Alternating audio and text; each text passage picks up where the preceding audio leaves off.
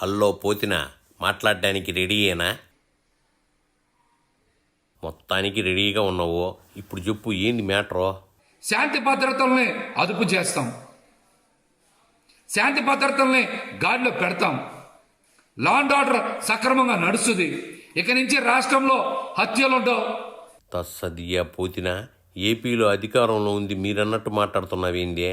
మీకు 11 సీట్లు వచ్చేసరికి ఏం మాట్లాడాలో అర్థం కావడం లేదా ఏందే? రషీద్ కుటుంబాన్ని పరామర్శించడానికి వినుకొండకి జగన్మోహన్ రెడ్డి గారు వెళ్తే కూటమి నాయకులు కోట విషం చిమ్ముతా ఉన్నారు. ఇది అంత మంచి పద్ధతి కాదని కూడా తెలియజేస్తున్నాం. మీరు వ్యక్తిగత కక్షలను కూడా పార్టీలకు పులిమితే అట్టా చెప్పు. వైసీపీ కార్యకర్తని తెలుగుదేశం పార్టీ నాయకులు నడి రోడ్డు మీద అత్యంత పాశవికంగా హత్య చేస్తే ఏందే పోతినా, మళ్ళీ చెప్పు మొక్క. వైసీపీ కార్యకర్తని తెలుగుదేశం పార్టీ నాయకులు నడి రోడ్డు మీద అత్యంత పాశవికంగా హత్య చేస్తే చూడు పోతినా, ఫ్రస్ట్రేషన్లో నువ్వేం మాట్లాడుతున్నావో నీకు అర్థం కావడంలా. వైసీపీ కార్యకర్తలు హత్యలు చేస్తున్నారంటావేంది? పవర్లోకి వచ్చిన జనసేనని వీడానన్న ఫ్రస్ట్రేషను పీక్స్కి వచ్చిందా ఏందే? కూటమి నాయకుల రాద్ధాంతం దేనికి? హత్య విషయంలో మీ రాద్ధాంతం కూడా రాజకీయ స్వలాభానికే కదా. ఈ రాష్ట్రంలో శాంతి భద్రతలు లేవు, లా అండ్ ఆర్డర్ పూర్తిగా గాడి తప్పిపోయింది.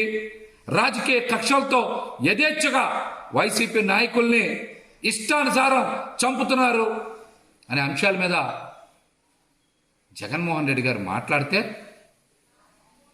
ఆయన మీద కూడా ఇష్టానుసారం మాట్లాడుతున్నారు. మీ హయాంలో లా అండ్ ఆర్డర్ కూడా ఎట్టానే ఉందిగా. ఈ రాష్ట్రంలో హత్యలు చేసిన, అరాచకాలు చేసిన, హత్య ప్రయత్నాలు చేసిన మహిళల మీద, యువతల మీద, పసిపిల్లల మీద అఘాయిత్యాలకు పాల్పడి రేపులు చేసినా స్పందించకూడదని మీరు మాట్లాడుతున్నారంటే కనీసం మీలో మానవత్వం ఉందా?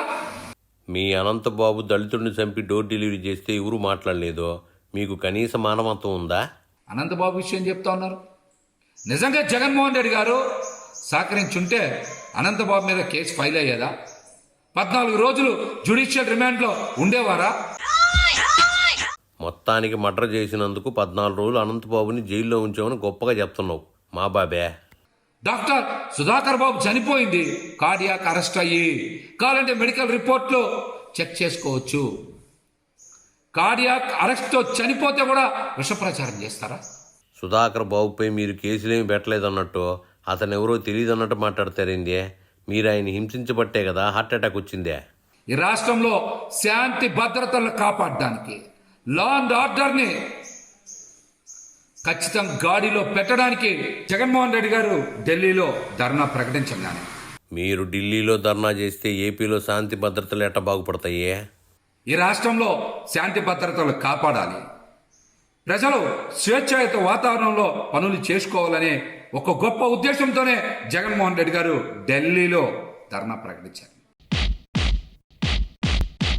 ఏందిదే మళ్ళీ అదే మాట మాట్లాడుతున్నావో? మీరు ఢిల్లీలో ధర్నా చేస్తే భయపడ్డానికి బాబుపై మీ జగన్లాగా కేసులు ఉన్నాయనుకుంటున్నావా ఏందే?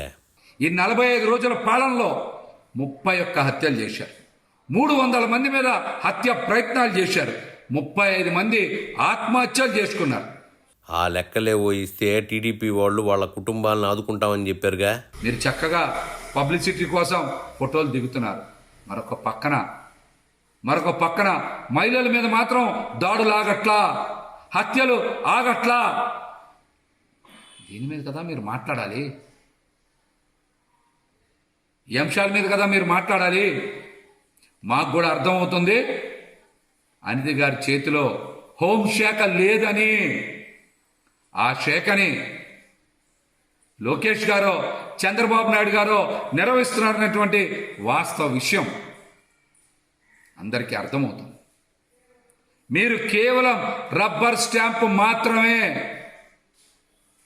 అనిత గారికి హోంశాఖ ఇచ్చామన్నది కేవలం ప్రచారం కోసం వాడుకోవడానికి మాత్రమే ఈ విధంగా చేస్తూ ఉన్నారు. కానీ అనిత గారి చేతిలో ఏమాత్రం పవర్ లేదు. అప్పట్లో మీ వనితను కూడా రబ్బర్ స్టాంపు చేసి హోంశాఖ మొత్తం సజ్జల్ని చూశాడు కదా పూతినా. పోలీస్ ఉద్యోగుల సంఘం వారు కూడా మిమ్మల్ని కలవలా, పార్టీ కార్యాలయంలో వర్ల రామయ్య గారిని కలిసి వారు మాట్లాడరంటేనే మీరు హోంశాఖ మీ చేతిలో లేదని, కేవలం మీరు రబ్బర్ స్టాంప్ మాత్రమే అని కూడా ఈ సందర్భంగా రాష్ట్ర ప్రజలందరూ కూడా అర్థమవుతుంది. మీ హయాంలో ఉద్యోగస్తులు కూడా అప్పటి మంత్రులను కలవకుండా సజ్జలను కలిసి చర్చించారుగా. చెప్పినంత వరకు చాలుగానే ఇంక నువ్వు బయలుదేరు.